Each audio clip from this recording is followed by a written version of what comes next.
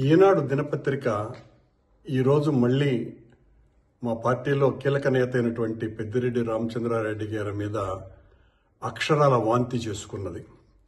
నిరంతరం ఆయన మీద పడి ఏడుస్తూ ఉండటం ఈనాడుకు ఒక అలవాటుగా మారిపోయింది. దాదాపు 22,500 ఎకరాలని క్రమబద్ధీకరణ విషయంలో, డీపట్టా ఫ్రీహోల్డ్ విషయంలో క్రమబద్ధీకరణ చేశారని, దీనికి తక్కువ ధరలకు ముందే కొని ఆ తర్వాత పెద్ద ఎత్తున లాభాలతో అమ్మారని ఆ వార్త పూర్తిగా తప్పుడు కథనం. దాని మీద ఉన్నటువంటి ఫైళ్లన్నీ కూడా మదనపల్లె ఆర్డీఓ ఆఫీసులో తగలబెట్టారని, ఆధారాలు లేకుండా చేశారని రామచంద్రారెడ్డి గారి పిఏ మునితుకారం, ఆయనకు అత్యంత సన్నిహితుడైనటువంటి మాధవరెడ్డి అనే వాళ్ళు ఇందులో కీలక పాత్ర పోషించారు. మరో ఆర్డీఓ మురళి దీనికి పూర్తిగా సహకరించారు అనేటువంటి వార్తని గతంలోనూ ప్రచురించింది, మళ్ళీ ఇప్పుడు ప్రచురిస్తుంది.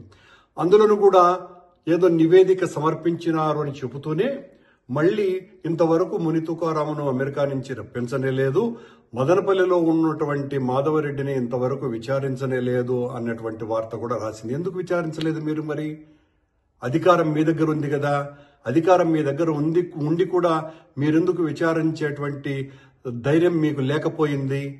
పచ్చి అబద్ధాలతో కూడినటువంటి వార్తలు రాయటంలో ఈనాడు పత్రిక ఈరోజు దేశంలోనే మరే పత్రికకు తీసిపోనంత స్థాయికి ఉన్నతమైనటువంటి విలువలతో ఆ రోజులలో 74లో ప్రారంభించబడ్డటువంటి ఈనాడు చివరికి చంద్రబాబు గారికి బాగా ఊదటానికి మాత్రమే పరిమితమైనటువంటి ఒక పార్టీ పత్రికగా మిగిలిపోయింది.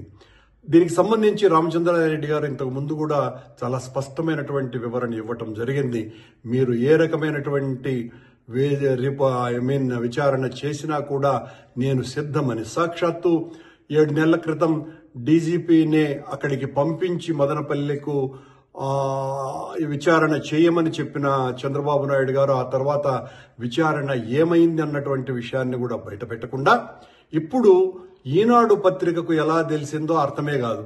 ఈనాడు విచారణలో ఇలా తేలిందని చెబుతూనే ఫలానా వాళ్లను విచారించలేదు అని చెప్పడం ఒక కాంట్రడిక్టరీ వార్త. అది రామచంద్రారెడ్డి గారి మీద బురద చల్లటానికి, ఆయన బురదను వేసుకొని తుడుచుకోవటానికి ఆయనకు సమయం ఇచ్చేటువంటి కార్యక్రమంగా ఇది మారుతోందే తప్ప నిజంగా అక్కడ ఏ అవినీతికి ఆస్కారము లేకుండా, ఆ ఫైల్స్ దహనం కేసులో రామచంద్రారెడ్డికి ఏ సంబంధము లేదు అన్నది సుస్పష్టంగా తెలిసినా ఆయన్ను పనిగట్టుకుని ఇరికించాలన్నటువంటి దుగ్ధ తప్ప మరొకటి కాదు. రామచంద్రారెడ్డి చాలా ప్రజాదరణ కలిగినటువంటి నాయకుడు కనుక ఆయన్ను బదనాం చేసి వైఎస్ఆర్ కాంగ్రెస్ పార్టీని ఈ ప్రాంతంలో బలహీనం చేయాలా అన్నటువంటి ఒక రకమైనటువంటి రాజకీయ ద్వేషంతో ఈ కార్యక్రమాలు చేస్తున్నారు అన్నది ఆ వార్త చదివితే చాలా స్పష్టంగా అర్థమవుతుంది. మీరెన్ని రకాలైనటువంటి కుట్రలు చేసినా రామచంద్రారెడ్డి గారు ఏ తప్పు చేయలేదు అన్నటువంటి విషయం ప్రజలకందరికీ తెలుసును. మీరు ఏ విచారణలు చేయించినా ఆయన ఏ తప్పు చేయలేదు అన్నటువంటి విషయమే ఆ విచారణలో తేలుతుంది అనేటువంటి విషయం చాలా స్పష్టంగా ప్రజలకందరికీ కూడా